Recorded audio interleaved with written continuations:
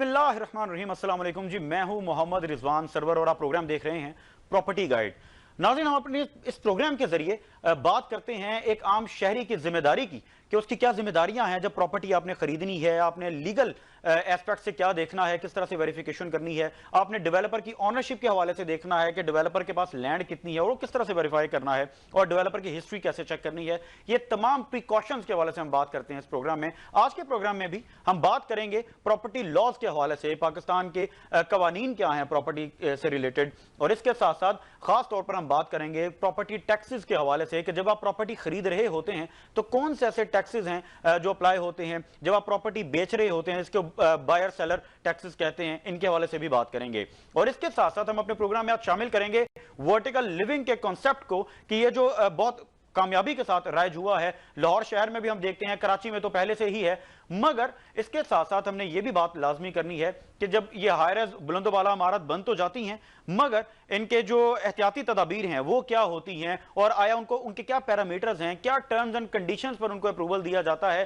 कि एक महफूज सरमायाकारी भी हो और वो जो कंस्ट्रक्शन है वो भी महफूज अंदाज में हो, कि कल को अर्थक्वेक आ जाता है, जलजले आ जाते हैं, बिल्डिंग्स गिर जाती हैं या आग लग जाती है, ऐसी सूरत हाल में डेवलपर कहां स्टैंड करता है, और ये अप्रूवल्स के वक्त आया ये एहतियाती तदबीर के हवाले से कोई बात होती है या नहीं होती, इसके हवाले से भी हमें बात करनी है। और इसके साथ साथ हम ये भी बात करेंगे अपने प्रोग्राम में कि आए दिन हम देखते हैं बहुत से हाउसिंग प्रोजेक्ट्स भी लॉन्च होते हैं और ऑन ग्राउंड रियलिटी कुछ और होती है, मगर टेलीविजन पर हम देखते हैं बहुत से एनिमेटेड टीवी एड्स चल रहे होते हैं और सोशल मीडिया पर बहुत से एड्स चल रहे होते हैं जो कि रियलिटी से बिल्कुल दूर होते हैं। यानी मार्केटिंग स्ट्रेटजीज के हवाले से हम बात करेंगे, फिर मुल्क की मार्केटिंग पॉलिसी के हवाले से बात करेंगे कि किस तरह से किसी भी डेवलपर को इजाजत दी जाती है मार्केटिंग करने की। फिर यही एक बहुत बड़ी वजह है जो स्कैम्स होते हैं हमारे मुल्क में, ओवरसीज पाकिस्तानी का पैसा यहां इन्वेस्ट होता है, फिर वो जमा पूंजी जो होती है वो जाया हो जाती है। तमाम एस्पेक्ट्स इंशाल्लाह आज के एपिसोड में कवर करेंगे। प्रोग्राम में हमें ज्वाइन किया है इरफान हयात बाजवा साहब ने, जो कि एडवोकेट हाई कोर्ट हैं। इनसे कुछ बात करेंगे प्रॉपर्टी के कवानीन के हवाले से, हमारे मुल्क के क्या कानून, क्या कवानीन हैं जो एक बायर को सिक्योर करते हैं या एक सेलर को सिक्योर करते हैं। इरफान साहब कैसे हैं आप? खैर ऑफिस से हैं जी? वालेकुम अस्सलाम, अल्हम्दुलिल्लाह, उम्मीद करता हूँ आप भी खैरियत से होंगे। जी अल्हम्दुलिल्लाह। इरफान साहब कुछ ये बताइए कि जो पाकिस्तान के कवानीन हैं प्रॉपर्टी से रिलेटेड वो क्या हैं, एक बायर के लिए, एक शख्स जो प्रॉपर्टी खरीदना चाहता है उनको किन चीजों का ख्याल रखना है, और एक शख्स जिसको प्रॉपर्टी जो बेचना चाहता है उसको किन चीजों का ख्याल रखना है?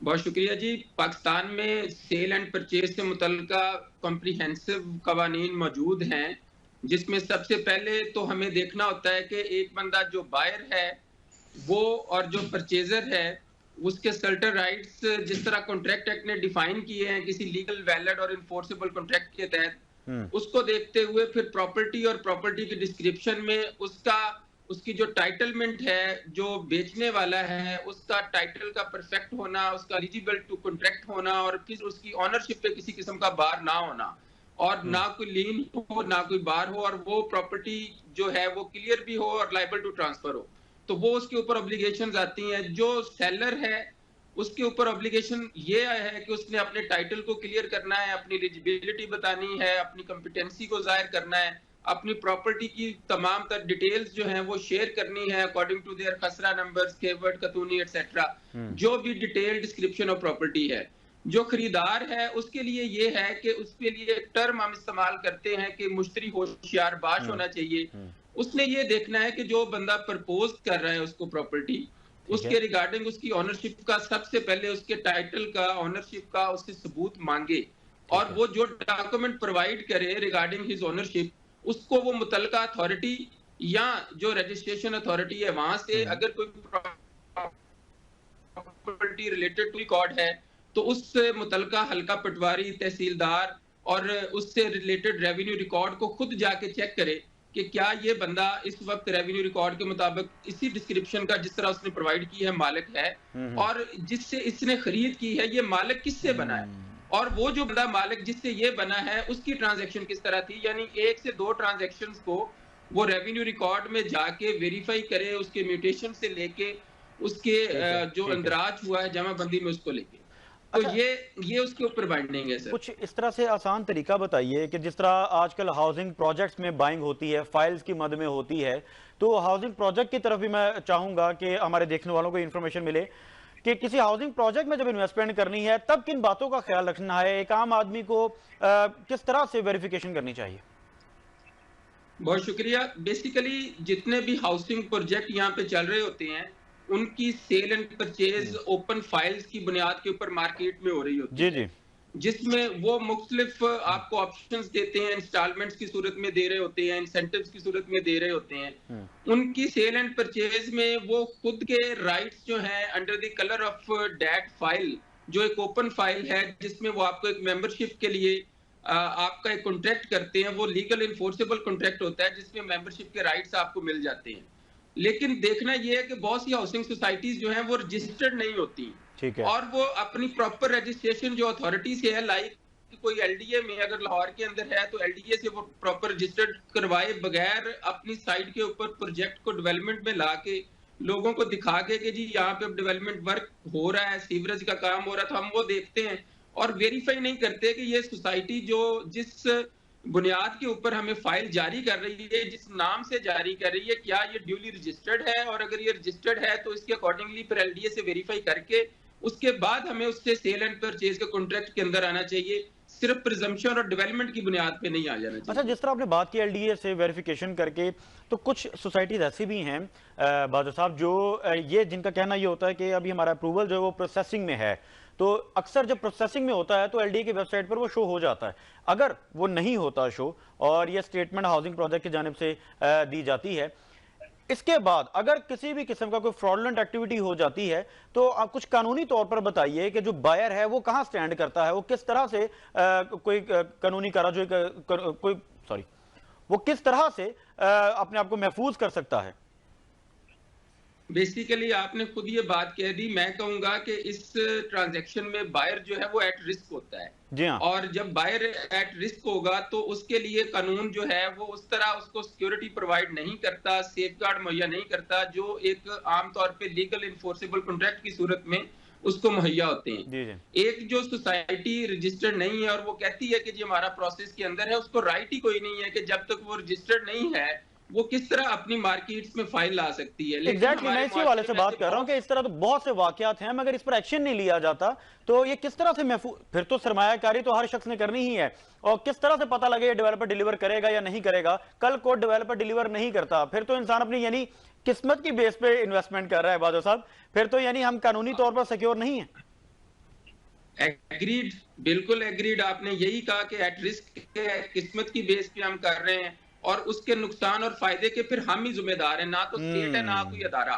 इसलिए कि जब स्कैम आप देखें यहाँ पे ईडन के बहुत सारे स्कैम थे, इसी तरह फिरोजपुर रोड पे स्कीम्स बनी और उस तरह बहुत सी ऐसी फाइल्स थी जो एग्जिस्ट ही लैंड नहीं करती थी और वो बेच दी गई मार्केट में। फिर नैब में उनके केसेस चले और डेढ़ 2-2 साल बाद वो जो उनके प्रोप्राइटर्स थे सोसाइटीज के, उनकी बेल्स हुई इस कंडीशंस के ऊपर कि उन्होंने सेटलमेंट की विद नैब। लेकिन उस सेटलमेंट की सूरत में भी जो गरीब पर्सन थे उनको कोई राइट नहीं मिला, इवन उनको वो जो डिपॉजिट की गई उनकी एक साथ थी वो भी नहीं मिल सकी पूरी। तो इसमें रेमेडी कोई नहीं, अल्टीमेटली इसमें नुकसान बायर का है। जो भी रिस्क की ट्रांजैक्शन होगी उस पर स्टेट रिस्पॉन्सिबल नहीं होगी, लॉ आपको प्रोटेक्ट नहीं करेगा। हाँ, वो स्कैम जो बंदा करेगा he is liable to be punished. Law हमें कहां प्रोटेक्ट करेगा? मेरा सवाल ये है बादल साहब, लॉ फिर हमें कहां प्रोटेक्ट करता है? वो कौन सी प्रॉपर्टीज हैं, या आप ये कहना चाह रहे हैं कि जो ऑन ग्राउंड प्रॉपर्टी है लॉ सिर्फ वहीं पर इंप्लीमेंट होता है? मैं बिल्कुल इसमें बगैर किसी बहाम के ये कहना चाहूंगा कि जिसमें टाइटल परफेक्ट है, जिसमें सेलर का, उसके साथ साथ अगर सोसाइटीज हैं वो रजिस्टर्ड है ड्यूली और उनकी रिकग्नाइजेशन के ऊपर जो अथॉरिटीज हैं वो स्टंप कर रही हैं, तो वो आपकी सेफ ट्रांजैक्शन है, उसमें किसी किस्म का भाम नहीं होता। उनके दरमियान अगर कोई डिस्प्यूट होता है between members and members, society between members, तो आपके पास अगर वो प्राइवेट लिमिटेड सोसाइटी है तो उसका रजिस्ट्रार मौजूद है।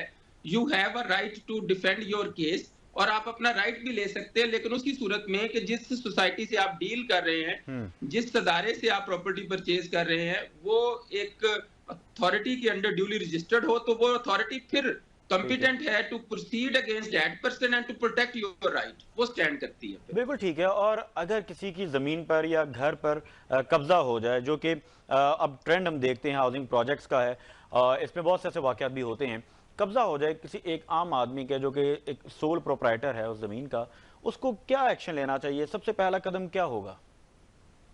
अच्छा, इसमें मैं आपकी वसातत से ये बताना चाहूँगा कि पाकिस्तान में बड़े वाज़ेह कवानीन मौजूद हैं कि अगर तो कोई बंदा किसी को इल्लीगली डिस्पोजेस कर दे, ठीक तो है। उस पे इल्लीगल डिस्पोजेशन एक्ट का एक इन्होंने 2005 में इंट्रोड्यूस करवाया, जिसमें ये कहा गया कि कोई शख्स अगर किसी को without due process of law illegally dispossesses करता है, तो जो बंदा जिसको डिस्पोजेस किया गया, he has a right to file a complaint before the district and session जज, और अच्छा। उसमें वो मुतलका पुलिस से रिपोर्ट तलब करके with in 15 days SHO bound है कि वो with in 15 days report submit करे, जिसकी कंप्लेंट आपने करनी है कि जी मैं ऑनर भी हूं या मैं लॉफुल पोजेशन में था और मुझे डिस्पोजेस कर दिया गया, दोनों सूरतों में। अच्छा। तो वो कंप्लेंट पे एक्शन लेके डिस्ट्रिक्ट एंड सेशन जज जो है एट इंटरम रिलीफ आपको पोजेशन भी रिस्टोर करेगा, और उसके फाइनल में जब आप प्रूव कर देंगे कि जी आपको वाकई इलीगली डिस्पोजेस किया गया, तो वो बंदे कन्विक्ट भी होंगे।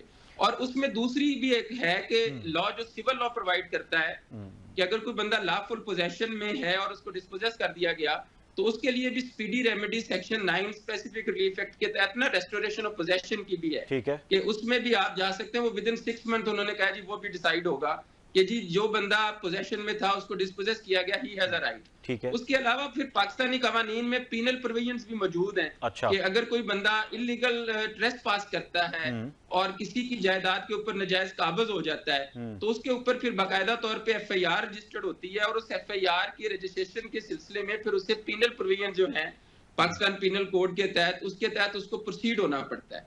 तो ये प्रोविजंस मौजूद हैं, बस ये है कि थोड़ा सा यहाँ पे प्रोसीजर टेक्निकल है, उसमें हम लोग जाने से जो है वो घबराते हैं, लेकिन साल भी लग जाते हैं बादशाह साहब, साल भी लग जाते हैं प्रॉपर्टी के, फिर वो नस्लों तक ये मुंतकिल होती है चीज और वो प्रॉपर्टी के पोजेशन नहीं मिलते। इस पर हम बात करेंगे अभी, वक्त एक छोटे से ब्रेक का, ब्रेक के बाद हाजिर होते हैं और गुफ्तगू का सिलसिला जारी रखते हैं। बैक नाज़रीन, मैं हूं मोहम्मद रिजवान सरवर और आप प्रोग्राम देख रहे हैं प्रॉपर्टी गाइड। आज हम बात कर रहे हैं मुल्क के कवानीन के हवाले से कि प्रॉपर्टी जब आपने खरीदनी है तो आप सिक्योर किस तरह हो सकते हैं, आप अपनी इन्वेस्टमेंट को सिक्योर किस तरह कर सकते हैं, और खास तौर पर जब आपने प्रॉपर्टी बेचनी है तब आपने किन बातों का ख्याल रखना है। हमारे साथ मौजूद हैं एडवोकेट हाई कोर्ट जनाब इरफान हयात बाजवा साहब। इरफान साहब, अभी ब्रेक से पहले हम बात कर रहे थे कि केसेस तो लग जाते हैं, कभी खुदा न खास्ता कब्जा हो जाए जमीन पर तो केसेस जिस तरह आपने तरीकाकार बताया, मगर उनकी सुनवाई साल हर साल और दिहाइयों पर मुश्तमिल होती है। तो आप क्या देखते हैं, इस प्रोसेस को बेहतर नहीं होना चाहिए?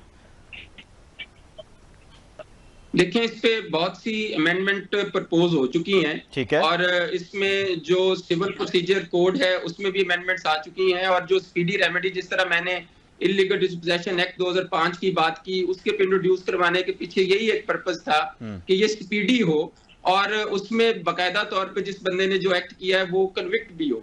अच्छा। तो प्रोसीजर मैं वही कहूंगा कि कॉम्प्लिकेटेड इससे पहले था। अब बहुत सी चीजें ऐसी हैं जिसमें अगर आप उसको प्रॉपर परस्यू करें तो कोर्ट्स में रश ऑफ वर्क की वजह से बाज़ दफा केस डिले होते हैं, इसमें कोई शक नहीं है। और प्रोसीजर थोड़ा सा टेक्निकल है जिसमें कुछ रिपोर्ट्स और कुछ डिस्क्रिप्शन ऑफ कोर्ट पे आके इश्यूज बन जाते हैं, लेकिन जो बंदा अपना राइट के ऊपर मौजूद है और लीगली उसके जो सर्टेन राइट्स हैं वो प्रोटेक्ट होते हैं, तो वो डेफिनेटली उसको वो हासिल होते हैं। हाँ, अपील का एक राइट है, आला अदालत में जाने का एक राइट है, वो कानून के अंदर 4 सीढ़ियां मौजूद हैं। लेकिन जब एक ट्रायल कोर्ट कोई इफेक्टिव ऑर्डर या जजमेंट पास कर देता है तो ऊपर जो कोर्ट होती है रिवीजनल या अपीलेट, तो वो एविडेंस के लिए तो नहीं होती, उन्होंने तो देखना है कि क्या जजमेंट में कुछ ऐसी मटीरियल इलीगैलिटी या रेगुलरिटी है या कुछ है, तो इसलिए वो फास्ट तरीके से उसको प्रोसीड किया जा सकता है।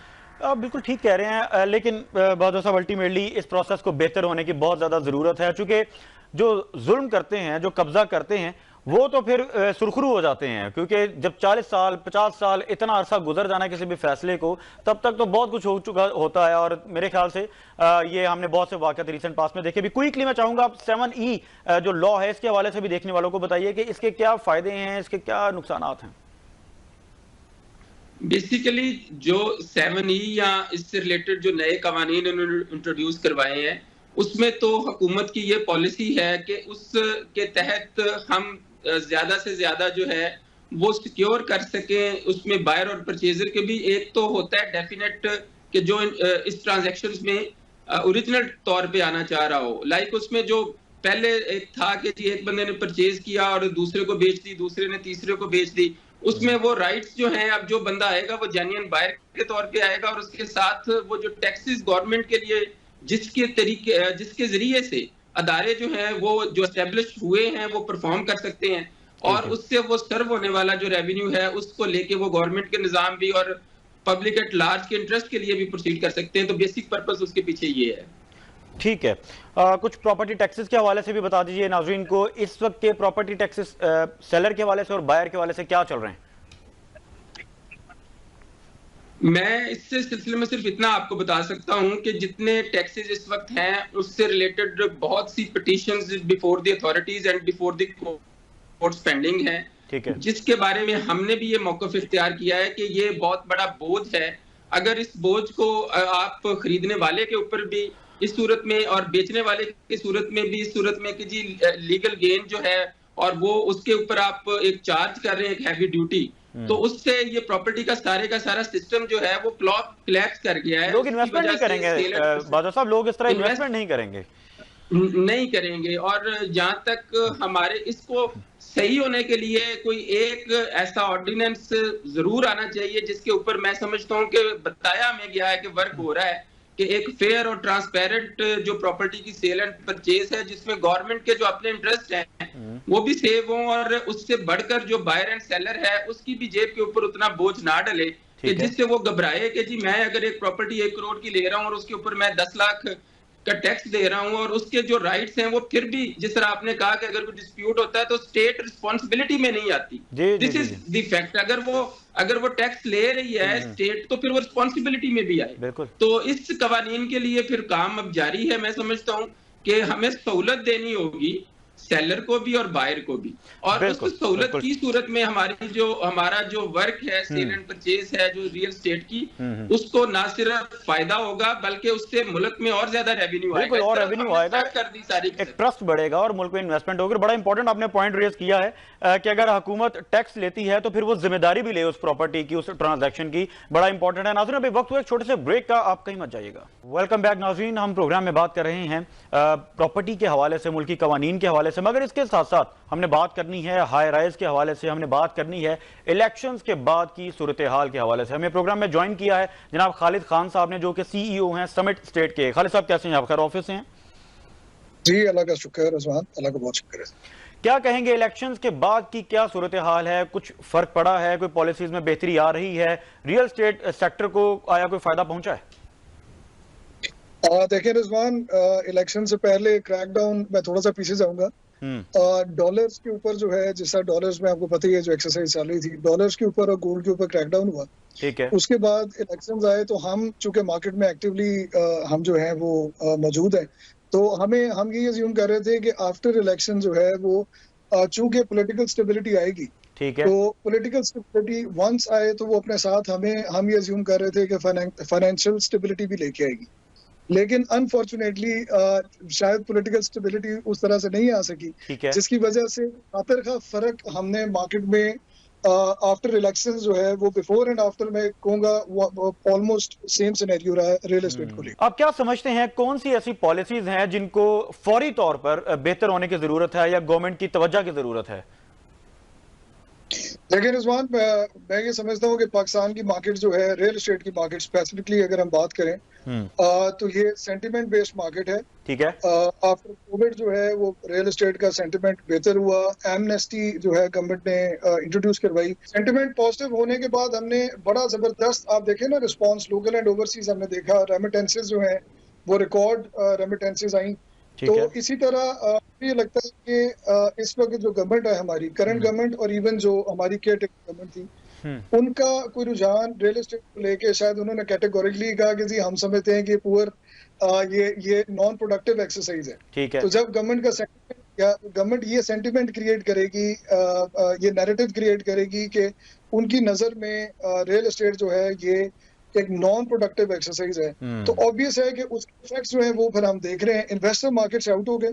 ठीक है। इन्वेस्टर्स डिस्करेज हो गए। ठीक है। दूसरा काम ये हुआ कि मैं ये समझता हूँ कि गवर्नमेंट एक बड़ा एक विशियस सा साइकिल में उसको कहूंगा ये बना हुआ है रियल एस्टेट में, कि डेवलपर्स जो हैं, नए डेवलपर्स और पुराने डेवलपर्स, स्क्रूटनी का कोई सेटअप नहीं है, रेगुलेटरी कोई बॉडी, कोई अथॉरिटी नहीं है, जिसकी वजह से हम ये देखते हैं कि स्कैम्स, फ्रॉड्स, और रिसेंट पास्ट में आपने देखा है नैब इनएक्टिव रही आफ्टर कोविड और मेला लूट लिया तो गया। मॉनिटरिंग का सेटअप हमें नजर नहीं आता कि मॉनिटर भी किया जाए, क्योंकि बैक टू बैक हमने देखा हाउसिंग प्रोजेक्ट्स भी लॉन्च हो रहे हैं, ऑन ग्राउंड रियलिटी कुछ और होती है। और ये एक बहुत बड़ी वजह है खालिद साहब जिसको हम यूं कहें, ओवरसीज पाकिस्तानी जो है वो पाकिस्तान में इन्वेस्टमेंट नहीं करता। एक जो ट्रस्ट का जो एलिमेंट है वो बड़ा हाईलाइट हो चुका है, लोग सिर्फ ट्रस्ट की वजह से पाकिस्तान में इन्वेस्टमेंट नहीं करे। गवर्नमेंट की स्टेबिलिटी एक अलग टॉपिक है, फिर ये जो प्राइवेट डेवलपर्स में जो फ्रॉडलेंट एक्टिविटीज हुई इसकी वजह से भी बहुत हमने नुकसान उठाया है। देखिए रिजवान, कोई मैं यही कह रहा हूँ कि रेगुलेटरी अथॉरिटी बन जानी चाहिए। मेरा ख्याल है वक्त आ गया है। रियल एस्टेट शायद पाकिस्तान की सबसे बड़ी इंडस्ट्री है, वो चाहे हम इस बात को पसंद करें या ना पसंद करें। पाकिस्तान की अनडाउटेडली जब सिस्टम में पैसा लाना होता है तो एमनेस्टीज इंट्रोड्यूस करवाई जाती हैं, और सिस्टम में हम देखते हैं कि हर दफा सिस्टम के अंदर पैसा लाया जाता है through real estate activity.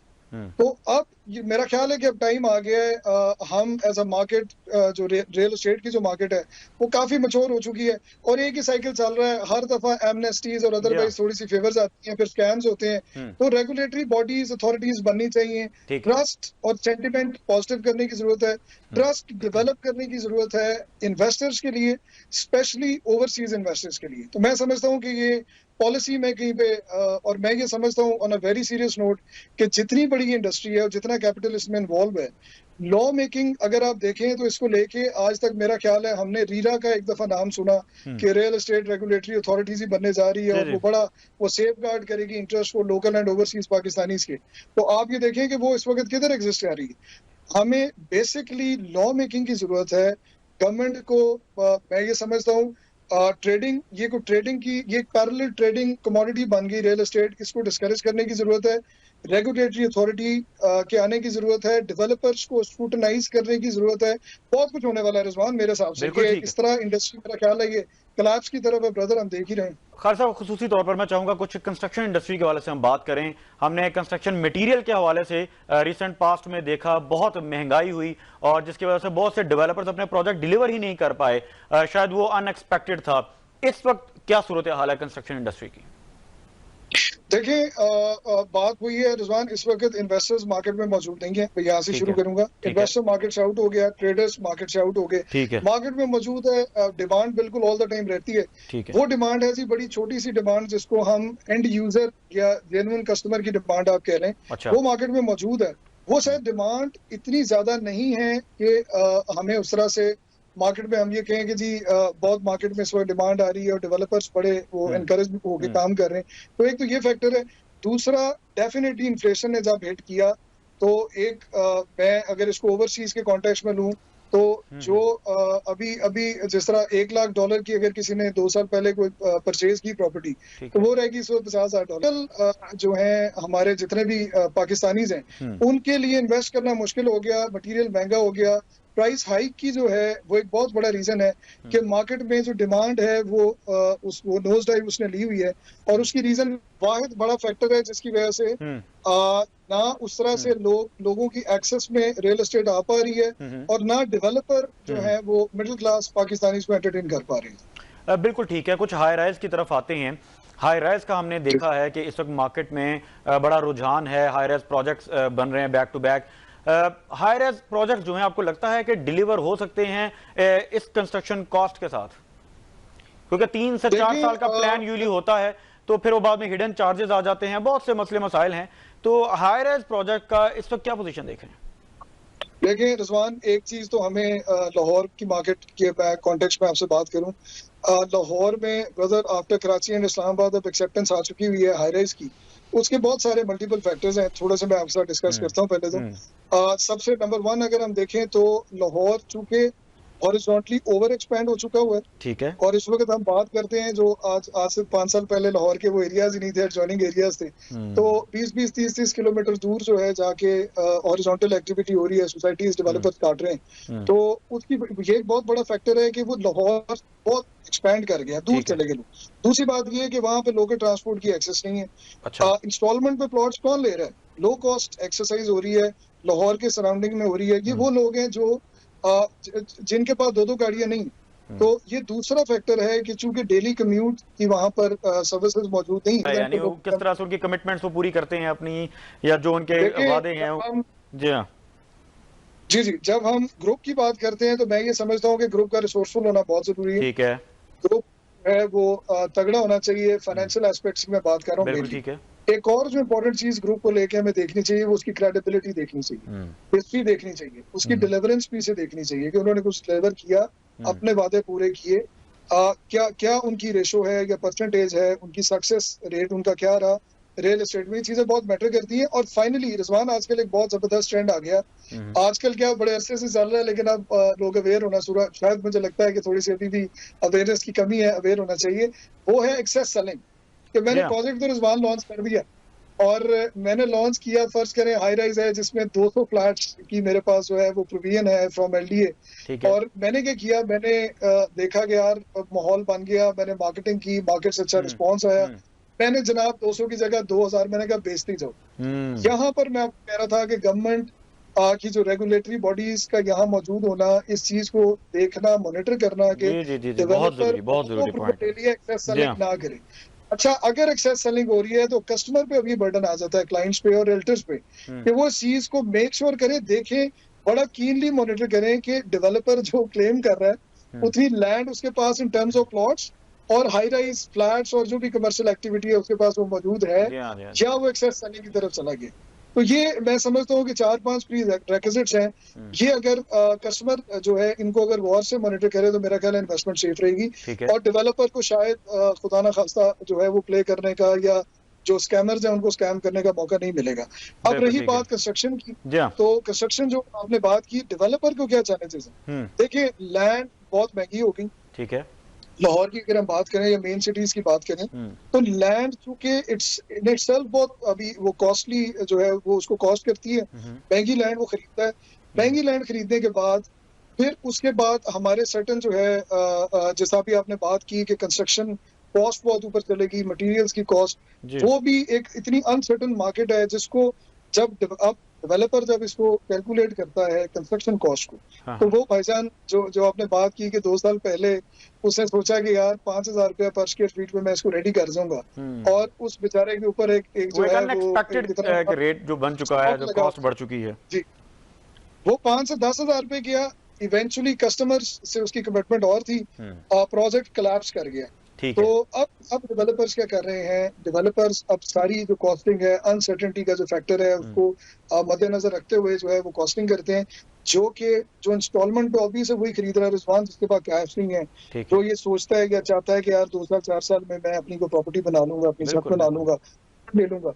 Means के हम अभी मिडिल क्लास की बात कर रहे हैं जिनके पास अपफ्रंट पैसे नहीं है। अच्छा, अब उनकी रीच या उनकी अफोर्डेबिलिटी जो है वो और उनका लेवल है, जो डिमांड डेवलपर करता है, जो डिलीवर करना चाहता है, वो फिर ये एक किस्म का एक क्लास सा बना हुआ है कि डिमांड अगर मौजूद भी है तो डेवलपर के लिए उसको एंटरटेन करना जो है वो मुश्किल हो रहा होता है। तो ये चैलेंजेस है, मैं समझता हूँ जो डेवलपर एंड पे ये चल रहे हैं कंस्ट्रक्शन को लेके।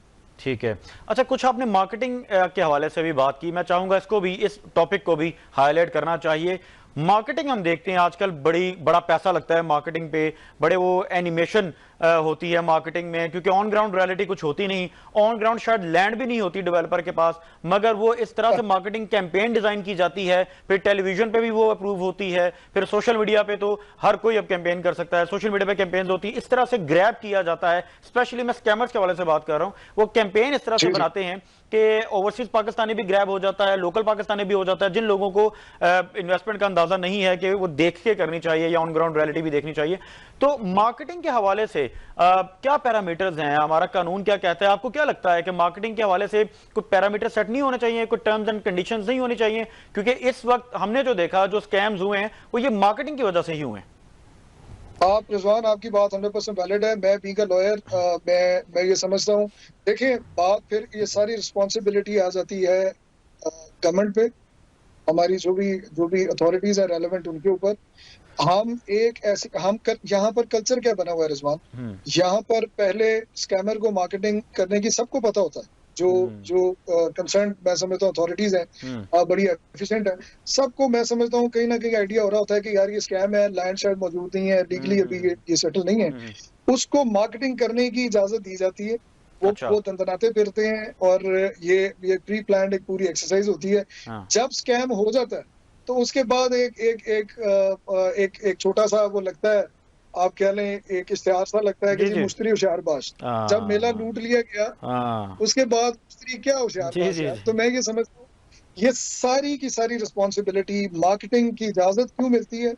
जैसे ही मार्केटिंग स्टार्ट हो प्रॉपर रेगुलेटरी बॉडीज की हमें जरूरत है, कोई एक ऑथेंटिक। खालिद साहब, मैं आपकी बात को आगे बढ़ाऊंगा। इससे पहले मैंने प्रीवियस प्रोग्राम्स में कुछ लीगल एक्सपर्ट से बात भी की इस हवाले से। मुझे उन्होंने कहा कि ऐसी बहुत सी पॉलिसीज बनी हुई हैं और गवर्नमेंट की भी उस पर नजर है, हमारे इदारों की भी नजर है, मगर सवाल तो ये पैदा होता है पॉलिसीज बनने के बावजूद इस तरह के स्कैम्स हो जाते हैं, यानी उन पॉलिसीज की इंप्लीमेंटेशन नहीं है। तो इंप्लीमेंटेशन के लिए आपको क्या लगता है कि किसकी जिम्मेदारी है? ये क्या करेंगे तो इंप्लीमेंटेशन होगी? स्कैम्स रोज बरोज स्कैम्स होते हैं, कब ये इंप्लीमेंटेशन होंगी? रिजवान देखें, मैं आपकी बात बिल्कुल वैलिड है। लॉ मेकिंग जो है वो हुई है टू सम एक्सटेंट, मैं समझता हूँ। पहली चीज ये लॉ मेकिंग को लेके कि ब्रदर जो पेनल्टीज है ना इन सारी चीज को लेके कि मैंने फर्ज करे मैं स्कैम कर रहा हूँ और मैं मार्केटिंग कर रहा हूँ, बड़ी अग्रेसिवली मैं कैंपेन्स कर रहा हूँ, पूरा लाहौर फर्ज कर ले मैं लाहौर के कॉन्टेक्स्ट में कहता हूँ मैंने भरा हुआ, तो मुझे ये अश्योरेंस है कि मैं अगर पकड़ा भी गया तो क्या होगा ज़्यादा से जी। एग्जैक्टली यही पॉइंट।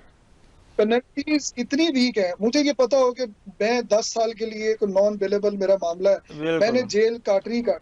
दूसरी बात, फिर बहुत से लोग बाहर चले जाते हैं जी, बाहर चले जाते हैं, पैसा लूट के बाहर चले जाते हैं, उसके बाद वो एक्सेस ही नहीं है उन तक।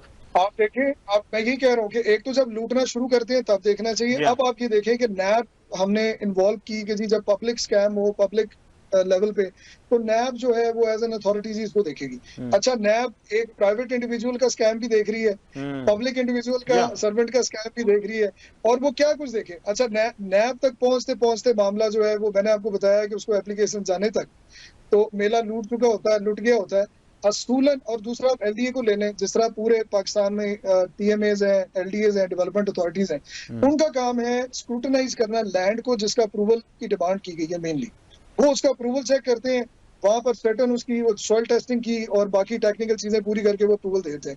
ये एलडीए का काम नहीं है, मैं समझता हूँ कि वो ये कहे कि जी मैं इसको स्क्रूटनाइज करूंगा या मॉनिटर करूंगा। हमें एक प्रॉपर डेडिकेटेड अथॉरिटी चाहिए इस काम को करने के लिए कि जिसका पर्पस ही ये हो कि लोगों को स्कैम से बचाया जाए और नई लॉ मेकिंग करके शदीद पेनल्टीज जो है, स्ट्रिक्ट पेनल्टीज, हार्श पेनल्टीज जो है वो अप्लाई करने की जरूरत है, ताकि मैं स्कैम करने से पहले कम से कम मैं थोड़ा सा घबराऊं तो सही। यहाँ पर तो दीदा तेरे का माल है यार, 1 अरब रुपया करप्शन की स्कैम किया, उसके बाद कहीं नैब के पास चला गया, अगर बाहर ना भाग सके। और ये तो खालिद साहब ये तो आप बड़े केसेस की बात कर रहे हैं, मगर यहाँ पर किसी एक प्लॉट पर भी कब्जा हो जाए तो उसकी दूसरी या तीसरी नस्ल जब तक ना आ जाए फैसले नहीं सुनाए जाते। तो इस तरह का अलमिया भी है। प्रोग्राम का वक्त चूंकि खत्म हुआ चाहता है, तो खालिद साहब क्विकली क्या मैसेज देंगे देखने वालों को? मैं गवर्नमेंट को जो है सबसे पहले ये मैसेज देना चाहूंगा कि अब टाइम शायद आ गया है और हमें अपनी गलतियों से सीखने की जरूरत है। रियल एस्टेट को एज एन इंडस्ट्री एक्नॉलेज करने की जरूरत है। रियल एस्टेट इंडस्ट्री की वजह से इसके साथ को 60, 70, 80 और इंडस्ट्रीज चल रही हैं।